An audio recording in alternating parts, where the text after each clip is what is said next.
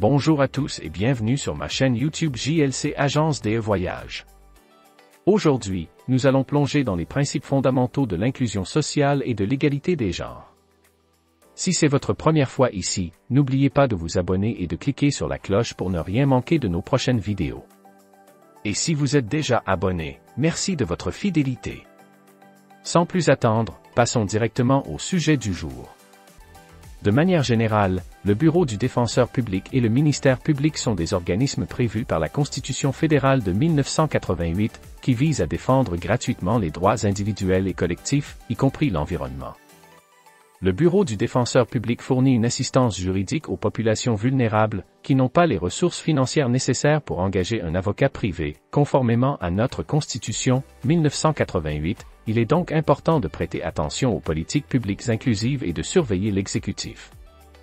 Et des pouvoirs législatifs pour les mettre en œuvre, ainsi que des investissements plus importants dans ces organes judiciaires, qui défendront leurs droits et ceux de la communauté, en cas de violation ou d'omission de l'État. À bientôt. La jurisprudence des cours supérieures brésiliennes et internationales dans le respect des droits humains et fondamentaux. Bonjour, étudiants. Dans les thèmes précédents, l'importance de l'État dans la proposition et la mise en œuvre de politiques publiques, notamment inclusives, à travers des actions positives, pour les individus et les groupes en situation de diverses vulnérabilités a été abordée. Les initiatives publiques et privées sont essentielles à la mise en œuvre du principe d'égalité matérielle et de dignité humaine, et en cas d'omission ou de violation des droits, le pouvoir judiciaire est un moyen de les exiger. Cet accès à la justice en quête de droit, selon Barroso, 2015, est appelé « judiciarisation » des politiques publiques. Selon le juriste, cela ne signifie pas que le pouvoir judiciaire envahira les sphères des pouvoirs exécutifs et législatifs, cela signifie que le pouvoir judiciaire déterminera la réalisation des droits de ceux qui sont compétents pour les promouvoir.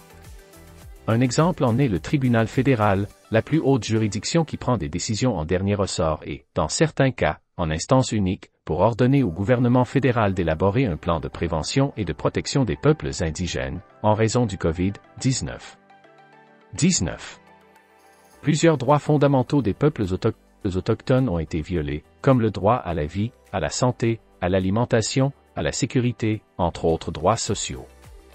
Voyez-vous donc que les groupes vulnérables sont les plus touchés par les crises sanitaires, humanitaires et socio-économiques? Un autre exemple est celui du même tribunal qui a décidé de reconnaître les unions homosexuelles comme une unité familiale en les assimilant à des relations hétéro-affectives. Le tribunal fédéral a garanti des droits et des garanties à chaque syndicat, sans distinction des orientations sexuelles, de sexe, de genre et de classe sociale. Le Congrès et le pouvoir exécutif n'avaient pas proposé de loi ou d'amendement constitutionnel sur le sujet. En ce sens, le Conseil national de la justice, un organe du pouvoir judiciaire, a publié la résolution numéro 175/2013 pour interdire le refus des bureaux d'état civil pour les actes civils et célébration d'unions stables pour les couples de même sexe, Martin, 2021. D'un autre côté, le système judiciaire d'un pays connaît des difficultés et viole souvent les droits. C'est pourquoi il existe des systèmes juridictionnels internationaux en matière de droits de l'homme, dont le Brésil est membre et accepte d'être poursuivi pour des organismes tels que les Nations Unies, ONU, et Organisation des États américains, OEA. Un exemple de condamnation du Brésil, au niveau international, est le cas de Simone Diniz. La victime a été victime de discrimination raciale alors qu'elle postulait à un poste vacant publié dans le journal. L'entrepreneur a refusé Madame Simone parce qu'elle était une femme noire. Même avec des preuves complètes de la discrimination subie, le tribunal a abandonné la procédure judiciaire engagée par Madame Simone Diniz contre la personne faisant l'objet de l'enquête, selon la CID, OEA, 2006. Insatisfaite, la victime a demandé conseil à l'OAB-SP, qui a décidé de signaler le cas de Madame Diniz à la Commission interaméricaine des droits de l'homme de l'OEA. L'organisme a analysé que le Brésil avait violé les droits à l'égalité, à la non-discrimination et aux garanties judiciaires, entre autres. La Commission a recommandé au Brésil d'indemniser la victime pour les dommages moraux et matériels, former les responsables de la justice et de la sécurité publique à agir sur les questions raciales et anti-discrimination, mener des campagnes publicitaires pour promouvoir un pays antiraciste, enquêter à nouveau sur l'affaire, entre autres mesures. Le Brésil s'est engagé à se conformer à certaines des exigences de la Commission, OEA, 2006.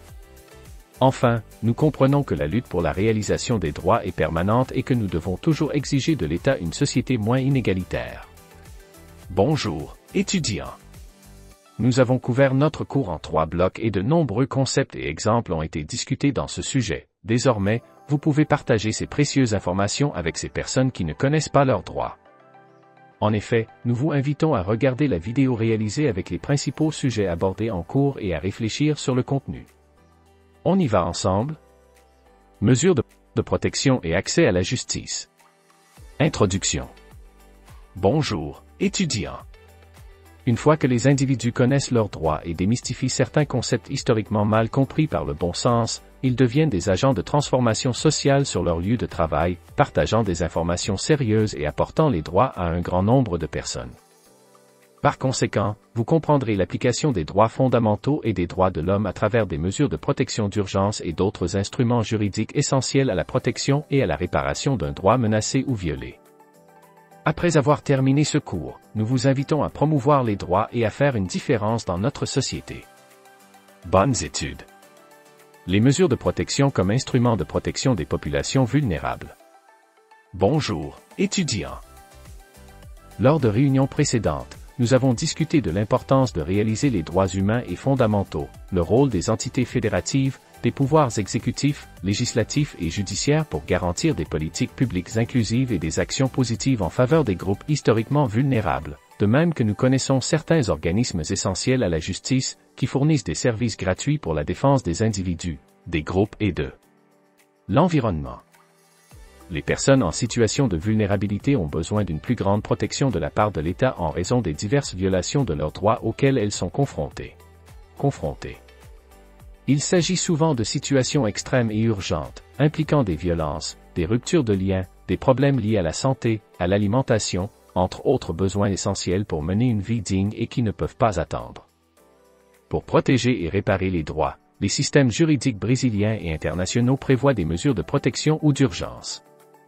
Selon la loi numéro 11.340/06, qui prévoit la violence domestique et familiale à l'égard des femmes, la loi Maria da Penha, il existe la disposition suivante concernant les mesures de protection, elles seront appliquées séparément ou cumulativement.